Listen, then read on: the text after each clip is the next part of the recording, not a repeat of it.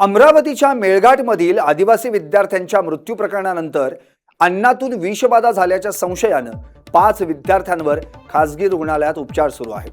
महर्षी public स्कूलमधील विद्यार्थ्यांना उलट्या, जुलाब आणि चक्कर येण्याची लक्षणं आढळून आल्यानंतर त्यांना रुग्णालयात दाखल करण्यात आलं. खासदार बळवंत वानखडे यांनी रुग्णालयात जाऊन विद्यार्थ्यांची भेट घेत त्यांच्या प्रकृतीची विचारपूस केली आणि त्यांना धीर दिला.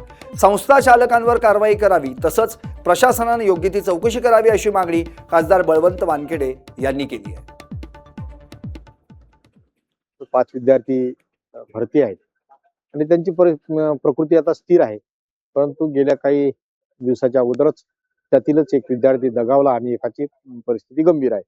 आणि प्राथमिक अंदाज त्यांच्या मुलांच्या सांगण्यावरून जे काही अन्नातून त्यांना हा प्रकार झाला, विषबाधा म्हणता येणार नाही, परंतु त्याचा परिणाम तो झालाच.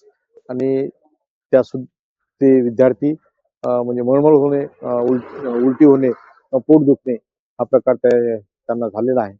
त्यात निपक्ष चौकशी झाली पाहिजे आणि जे काही दोषी आहेत त्यांच्यावर कारवाई झालीच पाहिजे. प्रशासनाने आणि शासनाने सुद्धा याकडे गांभीर्यानं लक्ष दिलं पाहिजे. वारंवार अशा सातत्याने या ठिकाणी घटना होतात.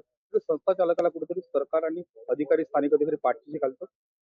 निश्चितच यात पाठीशी संस्था चालकांना पाठीशी घालण्याचा प्रकार होत असतो. परंतु हे त्या विद्यार्थ्यांच्या जीवाशी खेळणं आहे आणि ते खेळणं हे प्रशासनाकडून सुद्धा होऊ नये आणि संस्था चालकांना